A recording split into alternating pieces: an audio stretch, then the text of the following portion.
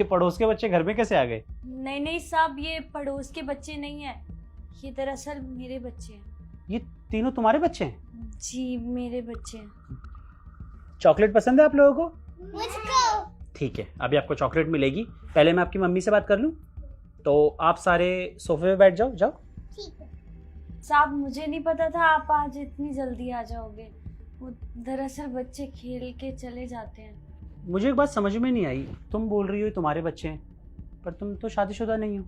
हाँ साहब आपने सही कहा, मेरी शादी नहीं हुई है, पर ये तीनों बच्चे मेरे ही हैं। एक मिनट, ये तुम्हारे बच्चे हैं, तुम्हारी शादी नहीं हुई है, तो बॉयफ्रेंड? नहीं नहीं साहब ऐसा कुछ नहीं है।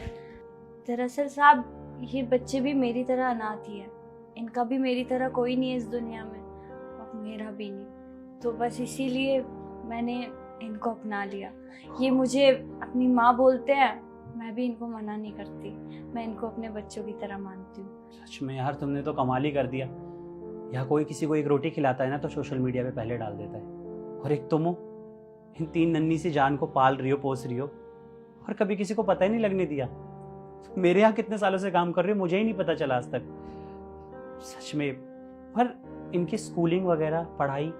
अभी तो साहब जितना मुझसे हो पा रहा है उतना मैं कर रही हूँ। खाना पीना 2 टाइम का अच्छे से हो जाता है साहब। अभी इनके पढ़ाई के लिए पैसे जोड़ रही हूँ, धीरे धीरे जैसे जुड़ जाएंगे तो इनका अच्छे स्कूल में एडमिशन कराऊंगी। सच में हेड्स ऑफ है तुम्हें यार, बहुत बड़ा काम कर रही हो तुम, जानती हो।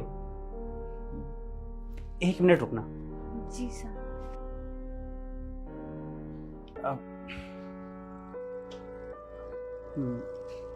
देखो मैं ज्यादा तो कुछ कर नहीं सकता तुम्हारे लिए, पर हाँ ये ना 30,000 रुपए, इसे तुम रख लो।